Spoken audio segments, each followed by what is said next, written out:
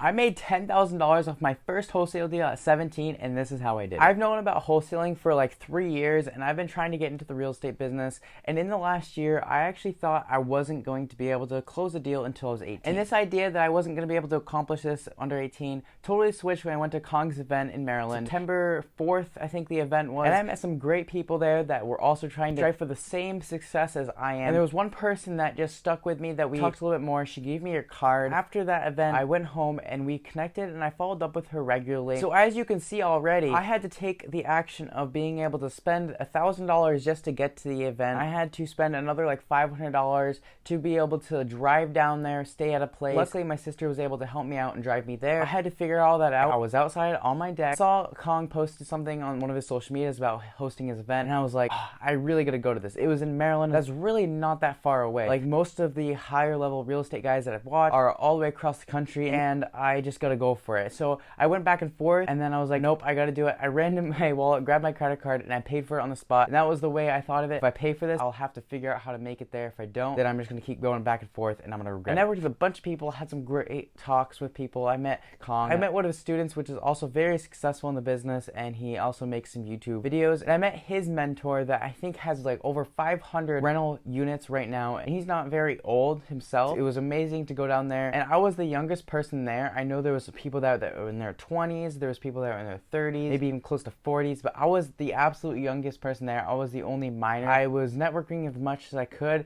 and I really think I should have done more. I should have gotten more phone numbers. I met with Ashley, and I followed up with her, and this is where you can see follow up is key in building a relationship. And some things that I called her about is just, you know, how is it going with her business? What is she doing? What is she up to? You know, I just want to connect with her and like build that relationship because we have already met at the event. Just wanted to talk with her more, and it was great that I did that. She actually sent me 2 emails of properties that she got under contract, and I was like looking at them, like she needs a buyer for them. And at first, my first thought was, there's no way I can be able to do this. There's no way I'm going to be able to find a buyer. And then I switched my mind. I'm like, nope, we're just going to try this. We're going to try to find this buyer. It was amazing that I did that. A lot of people like myself do suffer that where they're like, you know, there's no way I'm going to be able to do that. But you got to turn that I can't to I can, like everybody says, even though it sounds so simple. Sometimes it's very hard. And I just did it. I ended up advertising those properties, and I took full action to be able to do it. I called her up. We talked with her for like an hour just about the property, about everything about it. So one thing that happened as soon as I marketed it, and I marketed it Facebook group, as soon as I marketed it, everybody was already putting emails down, interested in it. People were calling me, trying to get some information. I'm like, wow, this is crazy. Within like 10-15 minutes, people were already contacting me. This must be a great deal, and I have to be able to close this deal. So actually, one of the first people that were super interested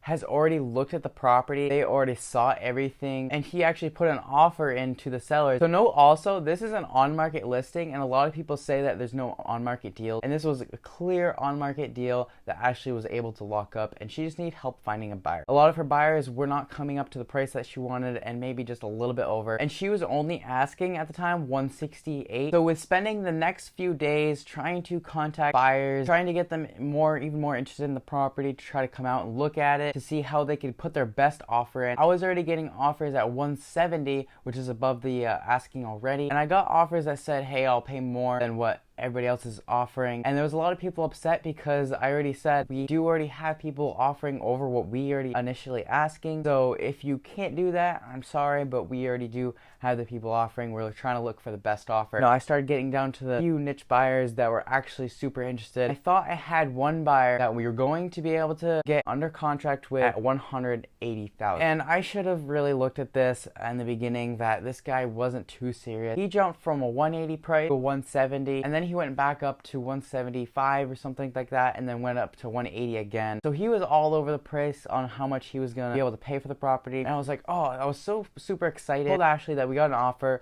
We got to get this in right away because she had the property under contract at $160,000. We were gonna split it 50-50, you know, making her 10 grand and me 10 grand. So we were super excited, and the guy just wouldn't sign the contract. That night he looked it over. He was giving us a really hard time, and he wouldn't sign it. So we waited until the next day, and we figured out, oh, he didn't like a term on the contract, which didn't make sense anyway. So we took that off. We're like, oh, totally understandable. That's not supposed to be part of the contract. It was something to do with where he had to have to cover our expenses, which had nothing to do with this deal at all. So that was totally understandable. Like, oh yes, so once we get that off, you'll sign the contract. No big deal. It took him all day, and then he was like, I'm still uncomfortable with the contract. And we didn't understand why. My belief is in this, he was just really another wholesaler that was trying to sign this contract to be able to assign it again. But on our contract, we had an assignability clause saying this contract is not assignable. And I'm pretty sure that is what he did not like about it. So make sure to put those in your contracts if you don't want other wholesalers trying to take your contract and then market it even more, which we did have. So we wanted an end buyer. We wanted this thing done. We didn't want to screw around. And so we ended up saying bye-bye to him. I went back to the guy who offered us $170, who has already seen the property. He was like first one super interested. And I said, hey, you know what? We do have another offer at $180. And if you can get it to that, we'll sign the contract right now. We'll get it done and you'll be under contract in this. He said, absolutely, let's do it. Let's get it under contract. So we sent him over a contract and he signed it like right away.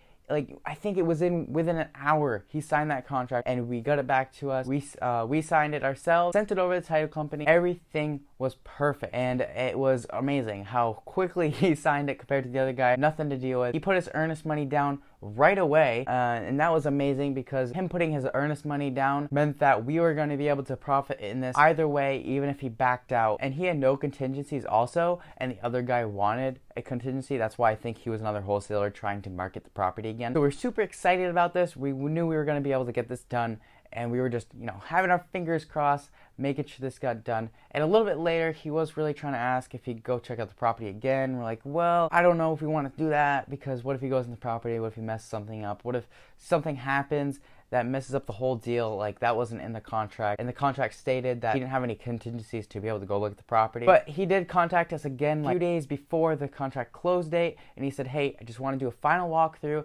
And we were like, okay, we'll do that. So Ashley went and did a final walkthrough with him and everything was set. He's like, yep, we're set to buy this. And then our close date was November 30th of 2021. This brings us to the day I was super excited. It was a done deal. And I called the title company to make sure they're sending over my check. And luckily I did that because I called them at the beginning and I told them, hey, I'm going to be needing my check. This is my address. And then they must have lost my information because they had no idea who I was. It's a good thing I called them. They said they would overnight the check. I got home the next day from school and it was right there in my mailbox. And I was just like, oh my God, it's right here. So I had a $10,000 check and it all happened so quickly. I want you to take away from this that the only way this happened was because I built a relationship. I went out and went to the event. Like, not many people are going to go out and spend $1,000 an event. When you do go to events, just make sure you network a lot. The next thing was connecting with people. You have to connect with people. If you don't connect with people, nothing's going to happen. Make sure that $1,000 is worth your time and don't be too scared to do it. I used to be super scared about spending money and doing this stuff, and I said I had to do it.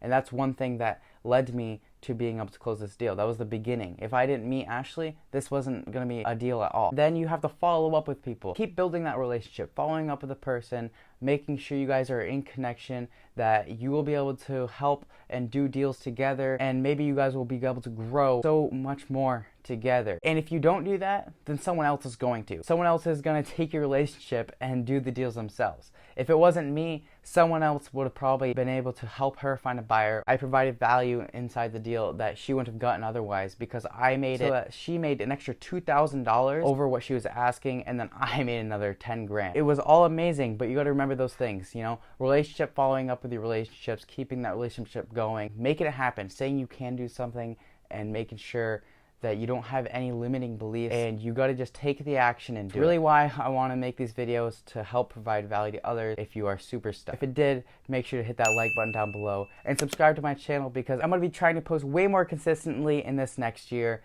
and hopefully you guys can follow along and support my journey, and hopefully we can do some deals together if you are also in the business. Would love to, connect with you. So just leave a comment down below and subscribe to my channel if you would like to connect with me. Thank you. I appreciate you watching, and I'll see you guys in the next one.